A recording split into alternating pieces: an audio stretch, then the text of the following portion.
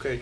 And so, as I said, the U.S. takes advantage of other countries' benevolence. You know, classic case is Nicaragua.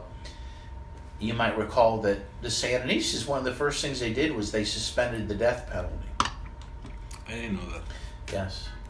And so the U.S., of course, took advantage of that to take the National Guard out of the country, move them to Honduras, and they later became the Contras. The Contras.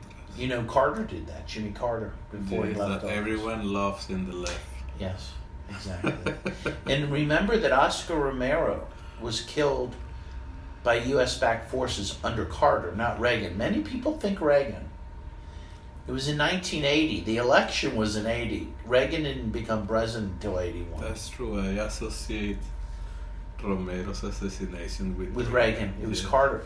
And he was killed a month after he wrote a letter to Carter asking the U.S. to stop sending military aid to El Salvador. Carter never responded to him except with a bullet. Think about it. Anyway. It's good to remember that. I don't want to get too far afield. So let's move on then. Yes. I wanted to ask you also, I don't know if you want to finish this part. No, that's good. I'm done. Okay, but I wanted to ask you after answering that question about how do you see the presidential race in the U.S. and also how do you feel the progressive, the left movement, the solidarity movement in the U.S.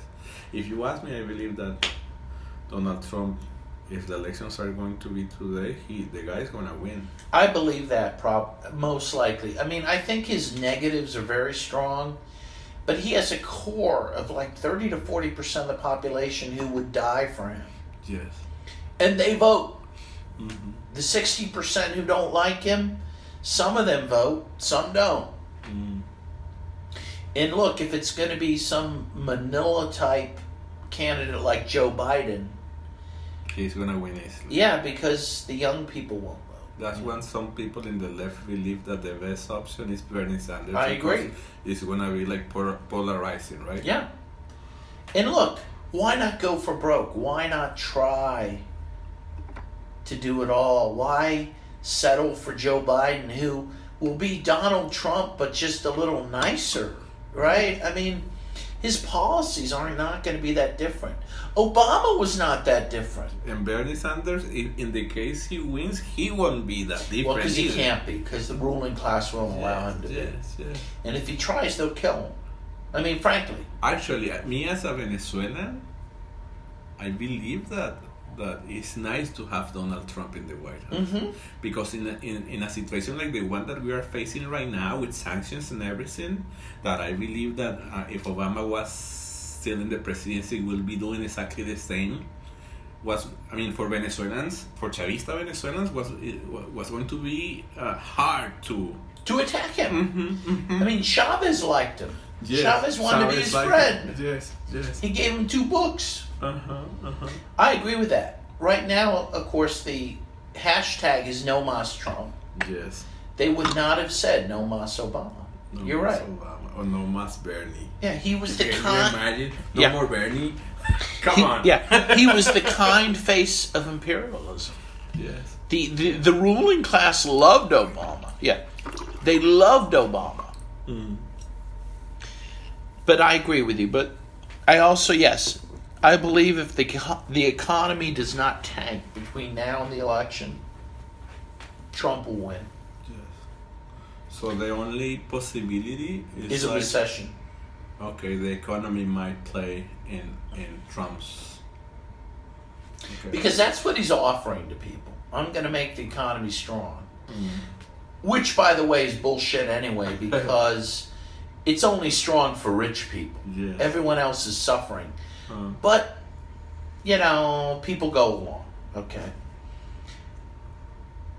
As for the left in the U.S., there is a left, sort of.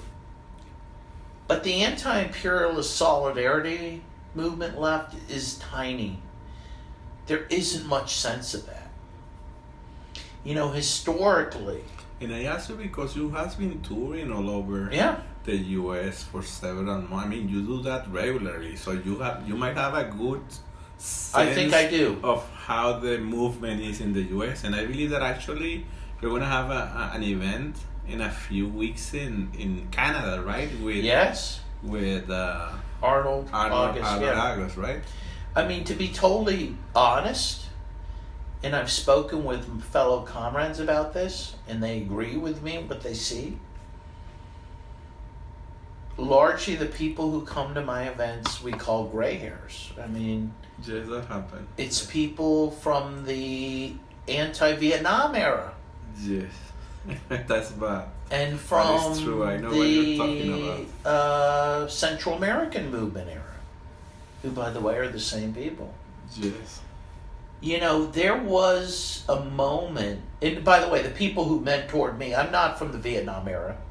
I was born in 1968, okay? So I was a child when the Vietnam War ended.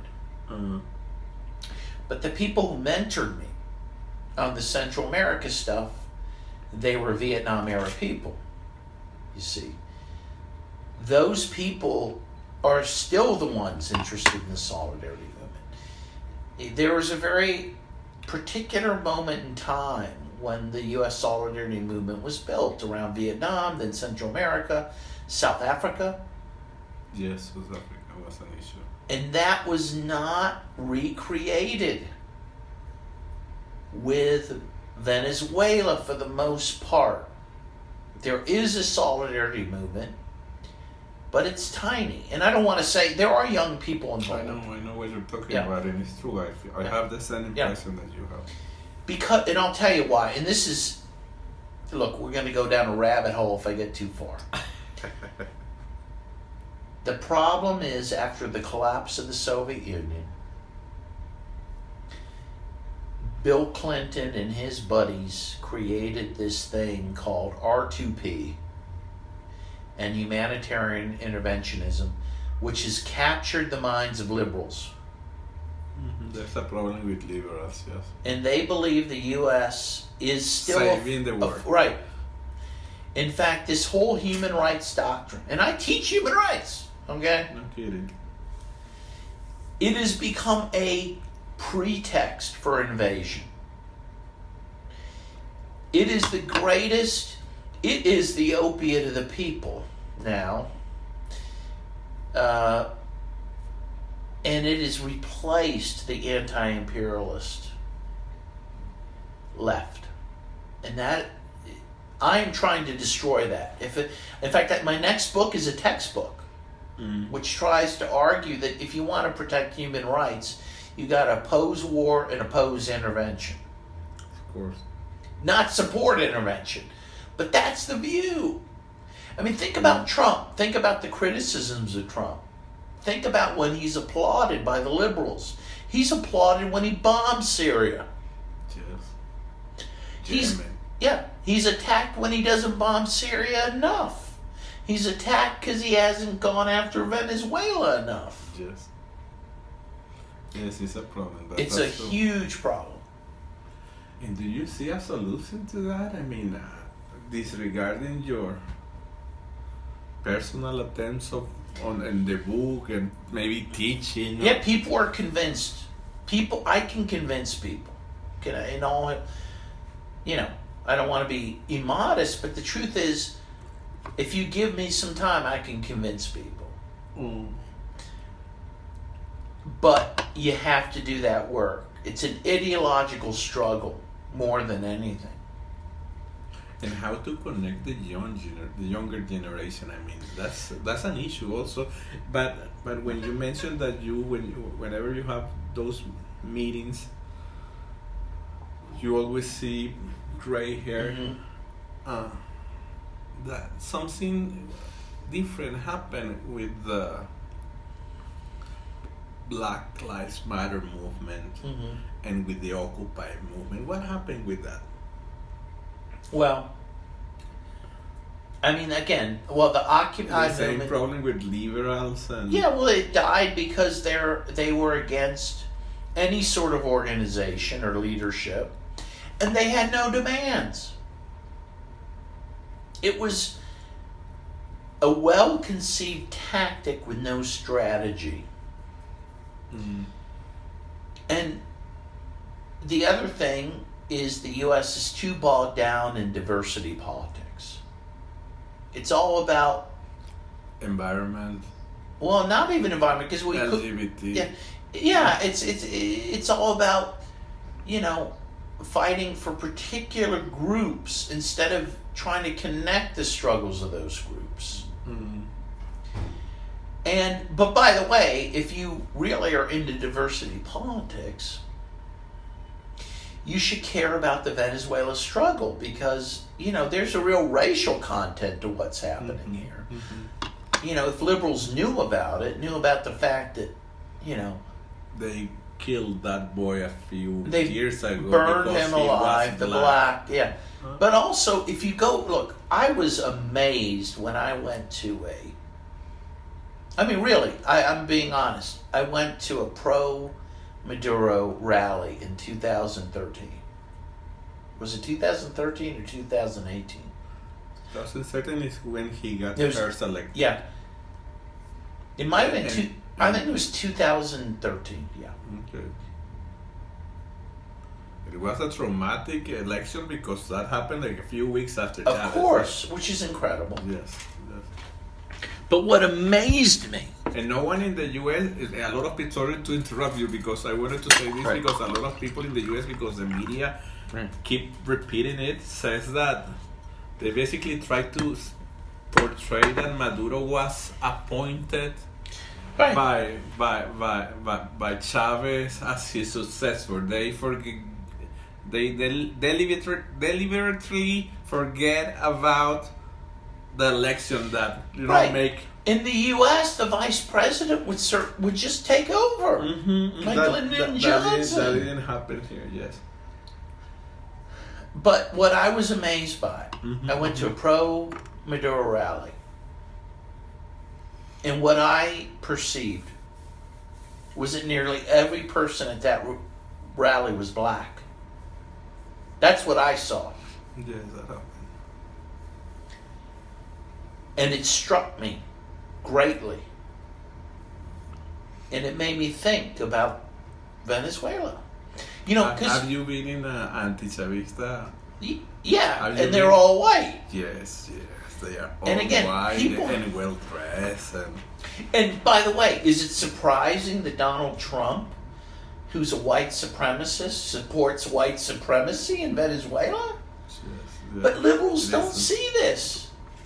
It took me a while, Jesus, really.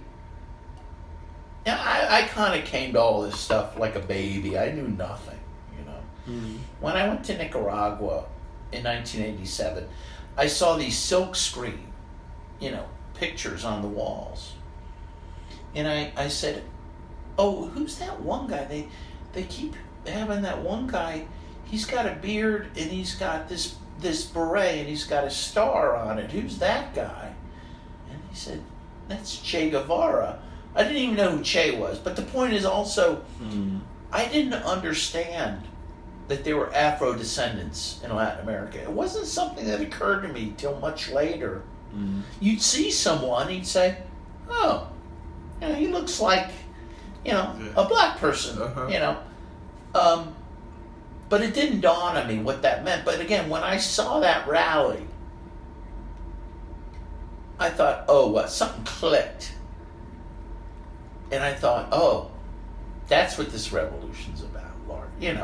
It's economic, but it's also racial. And the white elites here hated Chavez because he was black. Yes.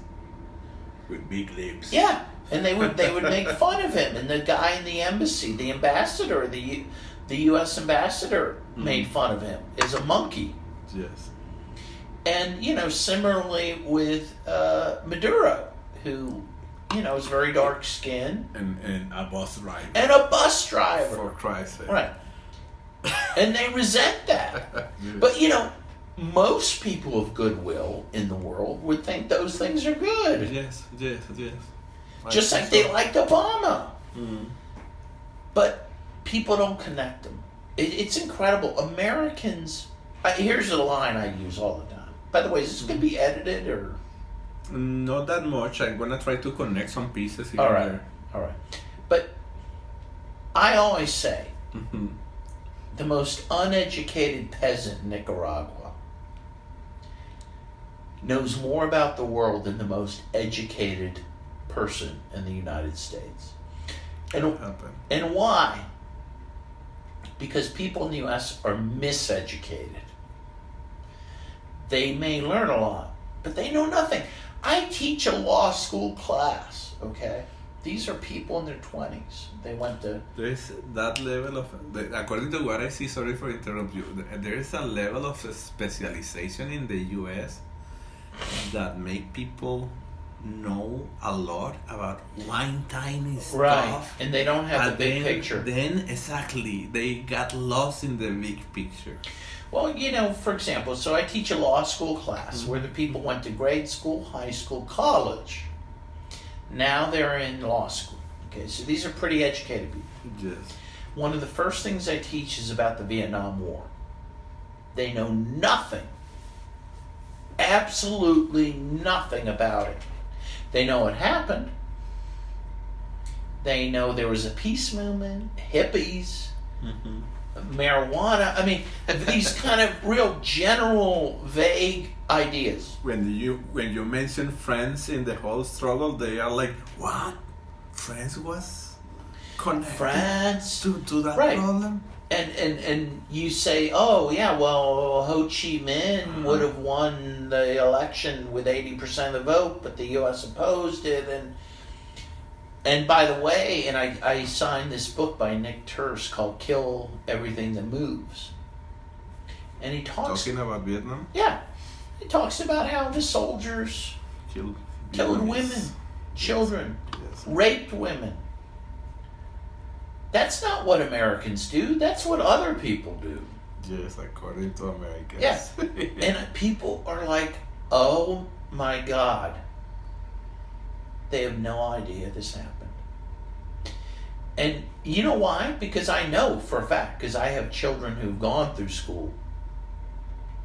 They never learned about the Vietnam War in school. Yes. What they learn is very little history. It's not just that they learned things that weren't true. I mean, my guess is they learned things that were more or less true. Yes. But the thing is, there were whole gaps. Mm-hmm. They didn't learn much about slavery. They didn't learn much about the murder of the indigenous people. They didn't learn about Vietnam. They certainly didn't learn about Korea, which no one knows anything about. They never learned about Central America. They never learned about South Africa. They know nothing. My daughter studied in the U.S. and I had to deal as a parent with all of her social study classes. And I'm always curious because I love history about what was she, being taught there. And I always got surprised because of exactly what you're talking about. I mean, those gaps and all that brainwash things, especially related to communism. Yeah. When they were, I believe that was in 8th or 9th grade, when they were teaching her about the Second World War. I mean, Russia, the Soviet Union was communist scene, and communist is bad, and I mean, it's like indoctrination, but no one's talked too much about that in the U.S. Everyone take it for granted. So yes. Imagine all U.S. citizens, receiving that kind of disregarding all the propaganda that you see in the TV that usually is the biggest, indoctrination machine in the U.S. Yes. So it's complicated. It's the most ideologized society in the world. Mm-hmm. There's no question. Yes, I think so. It's amazing. And so to do this work, to try to portray another side of the story is very hard. Mm-hmm. And you're stigmatized. Yeah, of course. You're a dupe. You're a Russian, useful idiot. But you know what? In the end, what else would you do with your life? It's fun. And you know what? You meet the best people. Yes, I think so. I love the people. I think so. And I was about to mention you when you were talking about the U.S. not know, I mean, most of U.S. citizens not knowing too much about the world. Mm-hmm. That reminds me of the good U.S. citizens friends that I met while I was there in the U.S. that always impressed me because they knew more than average Venezuelans, and taking into consideration what you say about most of Latin American might have a better Right. picture of the world, but of course what I'm telling you is like a small tiny niche of progressive US citizens that you met, as in my case, as a Venezuelan diplomat. Right. And you but the big picture that those guys have in comparison to us is completely the opposite of what you say. You know what I'm trying to... Yes, I'm not sure if I'm being clear, but what I'm trying to say is that because those guys are in the US, and the US receive all the information from all over the world, and they are people that are educated and that really care. I'm talking about leftist US citizens. Their view of the world is bigger than ours, because from Venezuela we tend to look at the US and to look at Europe at most. But from the US, a lot of people, all the views of the world converge in the US. Yeah, I understand. So somehow it's like it might sound kind of contradictory. No, I understand. But anyway, I wanted to mention that because it's true. Yeah. And I was always surprised by the good level of... Well, again, to give gringos their due. And I call them gringos because they're not just Americans, and I don't want to call them... Yes. A good gringo who understands anti-imperialism is a beautiful thing. Yes. And just they exist. Huh? And they exist. They are there. I say the same thing about a good Catholic priest who's a liberation theologian. There's not many, but they exist, and they're the most beautiful people. Yeah. If you are in the belly of the beast and you oppose the empire, hey, you're my friend. Yes. That's a beautiful thing. And whether we win or we lose, that struggle is righteous. Yes. And it's something to be proud of. And eventually, I might add that eventually it's going to become the struggle. Yes. You know what I mean? And it's like sooner or later, the whole system needs to be changed, because what we were talking about before. And the ruling class knows that. They know that the people aren't happy, that they're about to get out the pitchforks and the torches. Yes, that's going to happen eventually. Yeah. It will happen. The problem is, I hope it's not too late. Yes. Yeah. That's the key. Thank you, Dan. Thank you, Jesus. What a pleasure. What a joy. So, yes. Absolutely.